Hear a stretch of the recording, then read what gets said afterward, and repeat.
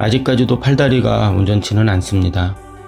그래도 저는 AA라는 단주 모임 덕분에 목숨을 건진 사람이에요.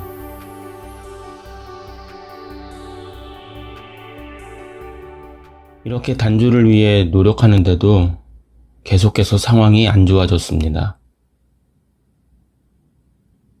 단주 3, 4개월쯤 지났는데 갑자기 뇌경색이 왔습니다.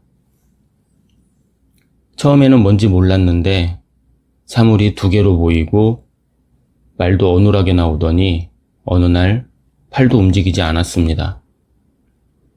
그렇게 입원해 있는데 와이프는 참을 만큼 참았으니까 이혼해달라고 했습니다. 아니, 이제서야 술 좀 끊어보고 아이도 잘 키워보려고 하는데 처음에 저는 와이프에게 무조건 이혼은 안 된다고 했어요. 그렇지만 아내가 그동안 제 술 때문에 고생한 얘기를 하니까 할 말이 없긴 하더라고요. 뇌경색 치료를 하면서 이혼 서류를 법원에 넣어놓고 단주 모임에 열심히 다녔습니다. 솔직히 제가 술 끊고 있는 모습을 보여주면 아내가 다시 돌아올 줄 알았지만 그런 일은 일어나지 않았어요. 결국 아들과 어머님, 저 셋이 남았죠. 그때가 단주 4, 5개월 정도였어요. 비참하더라고요. 몇 달 전까지만 해도 내 아파트, 차, 아내까지 다 있었는데 갑자기 임대주택에 들어가야 하는 상황이 되었고 뇌경색으로 팔다리를 못 쓰고 언어에도 문제가 생긴 거예요. 앞이 안 보였어요.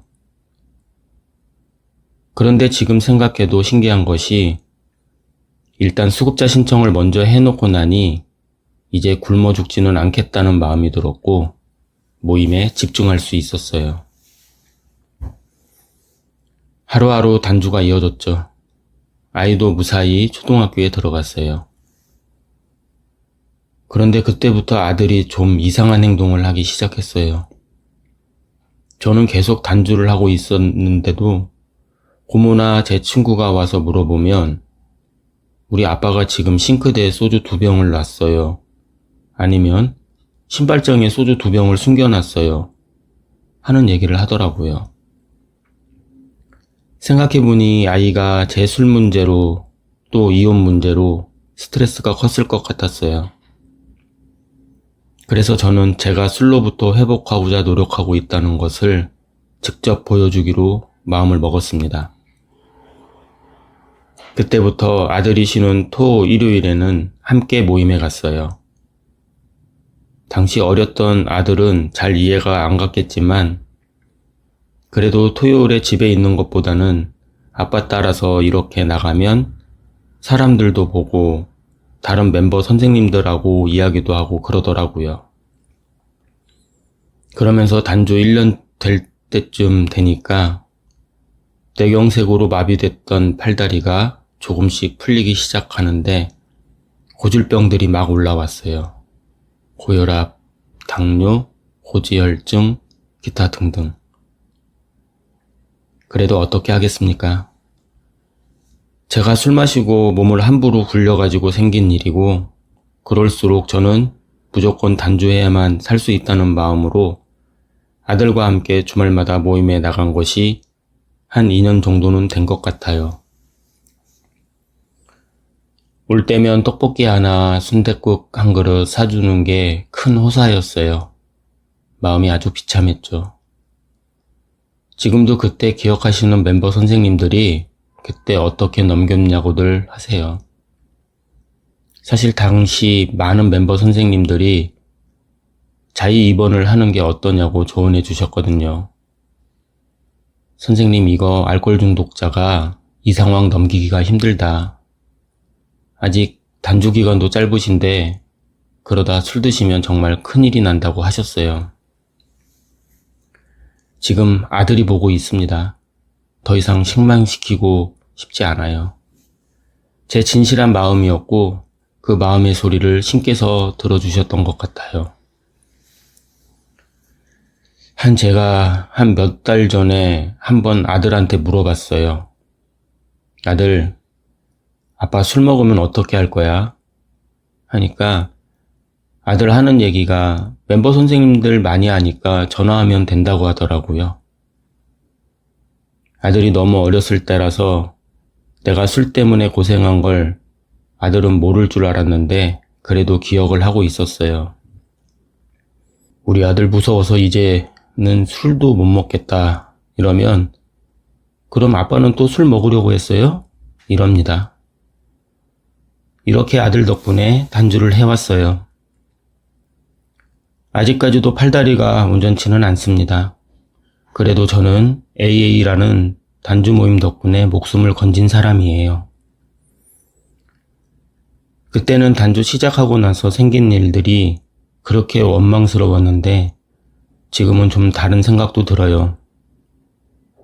만약 제가 뇌경색을 걸렸을 때 그때도 술을 먹고 있었다면 초등학교 1학년이었던 제 아들이 제 수발을 다 들어야 하는 거예요.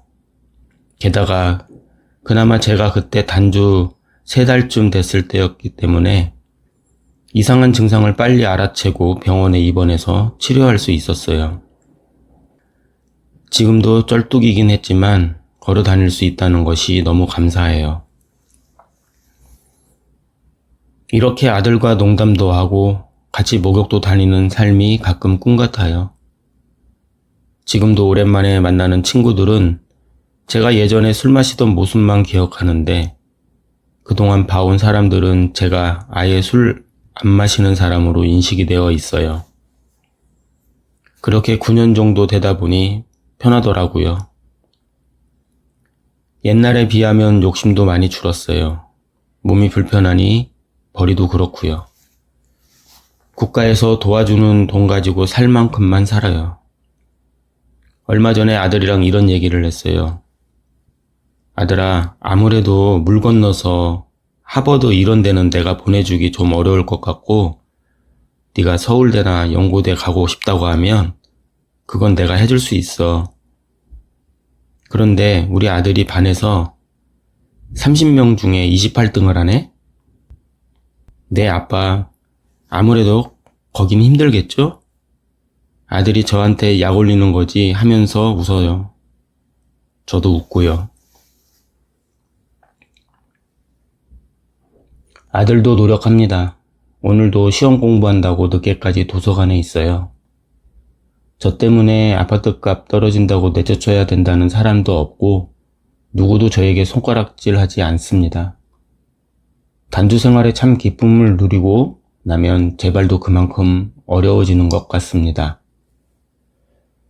정말 많은 분들이 이렇게 살도록 도와주셨어요. 제가 보답할 수 있는 길은 몸 생활을 잘 유지하고 단주 생활도 잘 유지하고 아들 하나 잘 키우면서 하루씩 살아가는 거라고 생각합니다. 제 얘기가 선생님들의 회복에도 도움이 되면 좋겠습니다. 감사합니다.